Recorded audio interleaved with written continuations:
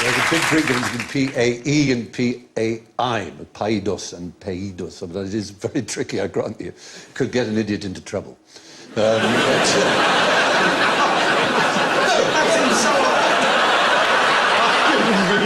in that way. Oh, what you're laughing at? The entry for woman in the original version just says the female of man, see homo. He will tell you everything you need to know. Because he's their best friend. Applause is defined as following: an approbation of something signified by clapping the hands, still practiced in theatres. In the 1960s, an American called Dr. Harvey Einbinder, who so hated the Encyclopedia Britannica, he wrote a book. Exactly. He wrote a book where he listed all the things that were wrong in it. It was 390 pages long. Oh, I like the sound. The myth of Britannica. What's his name? Harvey Einbinder. Does he only have one binder? We meet at last, Mr. Einbinder. It's a massive binder. Don't touch my binder! Maybe that's why he hated... This is the binder you seek. Encyclopedia Britannica has 52 binders and I only... Binder! He might have pronounced it Einbinder for all I know. Binder?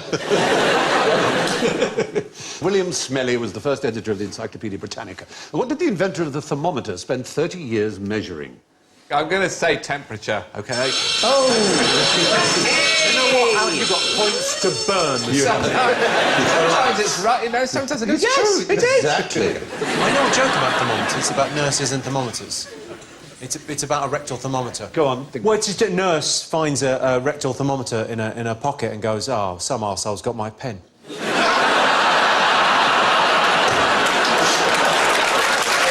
an old joke. Very fine.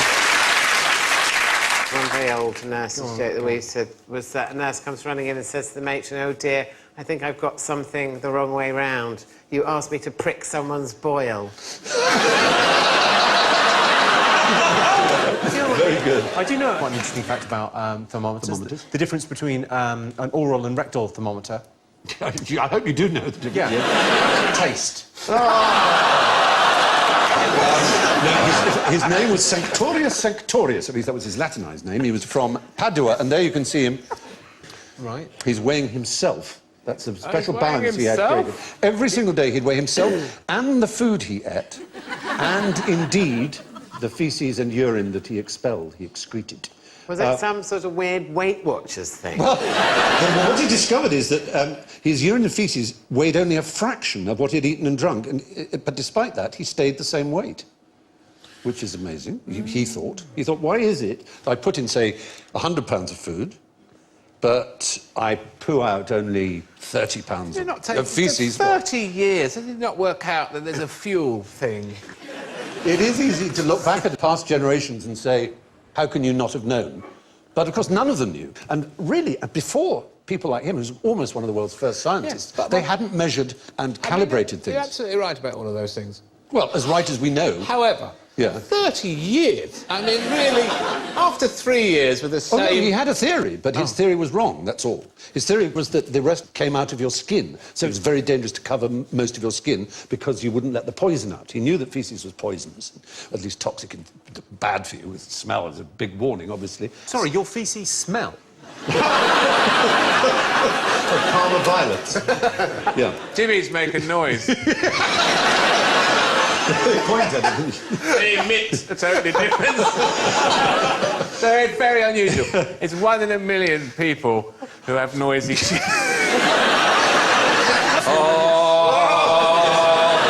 Very good. He co-invented with his fellow at Padua, a much better-known scientist. Who would that be in the same period? Co-invented. His co-inventor. Not Da Vinci, no. Is he going to be Marconi. centigrade or... It won't be future, it will be past, whatever it is. Galileo is the right answer. Oh, I nearly said Thank I was going to say Scaramouche or Fandango. Galileo Galilei. He could do the Fandango! Yes, he could, darling. That's right. Something from the lightning! Please. Very, very frightening! Stop. That's what one of Jimmy's poo sounds like. No. Galileo, Galileo! No, You're right in there, either. Jimmy! in a minute. I'm reading a very interesting article. Feces is made up, is 70% liquid. 30% solid. It just takes a bit of separating out. Not that I would urge you to do it when you get home. When I get home, why wait? I'm going to centrifuge in my dressing room. Oh dear, oh dear, oh dear. Of that dry weight, 30% is what? It's Corn on the cob. More than 30%. We've had two. Oh dear heavens. Do you know, when they go into space in a weightless environment, they poo into the wall? What do you mean into the wall? Like in a hole in the wall? A hole in the wall, yeah. Sorry, on the space station, But they've just got... smear it on the wall.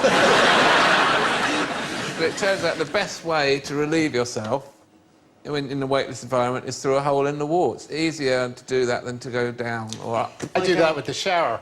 You admitted it, but many people Who wouldn't. doesn't poo in the shower? You bad man. Jimmy doesn't. Everyone would know You've if been the Jimmy good pooed boy in of the class until now. Pulling into the wall of a space... So the space station is built with a little glory hole thing. Like, I wouldn't call it that. You're too much slightly in the know to know what that is. like in a welcome break services. We all You've know got what the- that is. on the second junction. What? What's your problem? Everyone knows that. Never on a Tuesday. Very different sounds. glory hole on a space. There's also about 3 people on the station at any one time. You know, by a process of elimination, it's only going to be one of 2 other people. That's true. You This is John. I was just... Elaine. You'd recognise it. I just thought there was a 4th one, and that was their role in the mission. I mean, if you're going to Mars, it's going to take 5 years. Your sorry, job Dave, is I a very can't do important job. To go in this room with a hole in the wall. And people guess your name. No, but the other thing that happens when you go to space is you don't snore, I believe. Do you know this? I didn't. That's Yeah. a beautiful little You fact can't- so far. Because you sleep in these... Well, Yes, of course. because there's no gravity, it doesn't affect your vocal cords. That's an extreme cure, though, I'm isn't as good it? as I'm going to try the little things first. Yeah, That's the next step. it's quite expensive to go to Imagine there are Virgin wives Galactic. watching this going, yep, it's going to have to be space. Even then, I think he might wake me. Anyway, what can you find out by hiding under a student's bed? Yes, Dave. I've got to go for this. Is it a massive part of porn mags? That's probably true. Oh, I thought that was Those going are to the go off. days. No, I think it's highly... I think now you've got the internet. I'm now. afraid, It's- yeah, you wouldn't really. Broadband are doing a terrific job. Terrific. I think that's a bit sad, though, in a way. It's not, yeah, they For were... mags. Not for men. No, not personally. Yeah, they did this in the 1930s. It was extremely unethical, but we're in pursuit of knowledge, which is our theme Oh, today. sorry. So they were researchers. They were researching, and the only way to find out what people are saying without knowing they're being overheard was to hide somewhere and take notes while they were talking.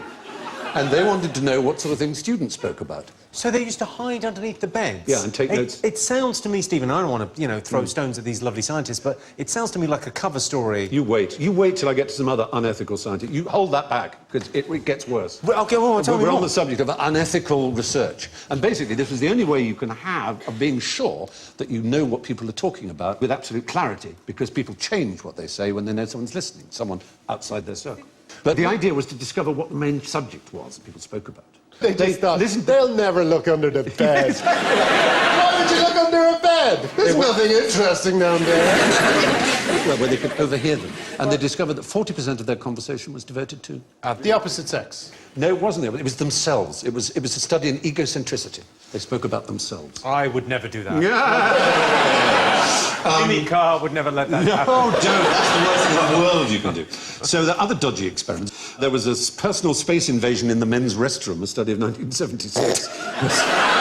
Someone hid a camera under the partition, under the sort of floor Someone, space. Stephen. Someone. You seem to know a lot about this, Stephen. I've got to a couple of questions. You like technology, don't you? And there's a camera in the men's room. Oh, I'm just doing a study. Are you? It was... Apologise, Steve. It was to see how they filled space. If there was one person at, say, the third one in a row of 6, where would the average person go? Would it be as far away apart? Would that look too obvious? It's very interesting when you go in there, because I used to be, I don't have it anymore, I don't know why it's gone, but I used to be quite a shy peer. You aware of shy peeing as a thing? I have a technique for that. What's your technique for shy peeing? My technique for shy peeing is I think of the most embarrassing thing I can do. I just think of doing something like saying, I think I love you, or just something like that, and then it's all go. When you say I love you, you automatically Pee, have a little wee. I don't need to say it, I just need to think it. And I always have to imagine it very, very realistically. I imagine the guy going, what, did he really say that? and then the next thing, it's just, you know, no longer a problem. It is very maddening when you've been absolutely bursting to go and then, hello. Come on! Come on! There's a story about Bono going into a men's room and standing up there, and the guy standing beside him, and long silence, and then eventually the guy saying, "Bit of stage fright, Bono." And in 1942, and this is the one where you're going to go, yeah, right, a psychologist called Lawrence Lashan tried to use sleep learning at a summer camp to cure some boys of nail biting. He recorded the phrase, "My fingernails are terribly bitter," on a phonograph, and then played it 300 times a night in the boys' tent or room or whatever it was. And they all went on to kill and kill again? One boy appeared to respond positively, but then after 5 weeks, the phonograph broke. So to keep the experiment running, he stood in the boys' dormitory through the night and repeated the phrase himself. "My fingernails taste terribly bitter." This seemed to work, and he claimed it as a success. It's thought generally these days that the boys were awake and just freaked out by the experience. They stopped biting their nails to make the nasty man go away. It's all very peculiar. Anyway, moving on. How did the Romans tell their Keiths from their Kevins? Some Keiths and Kevins there, in case you don't know what Keith they are. Richards. Kevin Bacon, Kevin Bacon. Keegan, Kevin Keegan. Keith Lemon. Well done, that's enough. That's all, you won't get any more. The other ones don't look real. No, they don't. And they're the actual Romans. Yes, I think on the far left, that's Burger King, isn't it? They couldn't, because in Latin they both mean the same. No, it's not that. It doesn't have to be Keiths from Kevins. It means how did Romans know people's names?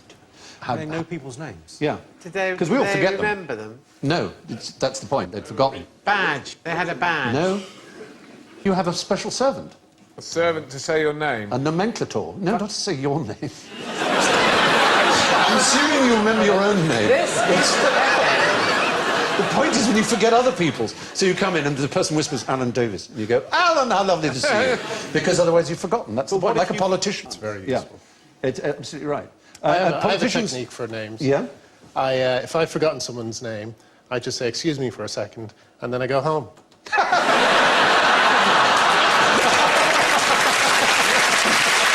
Every time. You're the nomenclature, Yes. and you keep saying this is Steve. Yeah. This is Fiona. Stevius, So Fiona. after a while you go, I know that one. Yes. You were allowed Tell me to the tell ones I them. don't know. She now thinks I've forgotten her name. And I really thought I was in there. And then you've just gone, it's Fiona. As if I didn't know it was Fiona. Look at her face now. You've got to go over there and say he knew. I was just doing my job. Yeah. He wants you to know that he knew you were Fiona. This This is your wife, Susan. You've been married 15 years. I actually do have a system involving my wife, which is we go over to someone whose name I don't know, and I just stand there in total silence, and then eventually my wife says, "I'm sorry, my name's Helen," and the guy says, "Oh, I'm Gary," and I go, "Oh, I'm sorry, this is Gary." Should I? Gary, Helen, I Gary. thought yeah. Yeah. I just as soon as they say it, you go, "Ah, blah," and then you Is say that their a name. system per se? That sounds like you being awkward at a party. So, moving on to self-knowledge. How do you know when you've had enough? Someone always tells me. It's normally a tap on the shoulder, isn't it? Yeah, I think Jimmy. It's the cold steel around both wrists.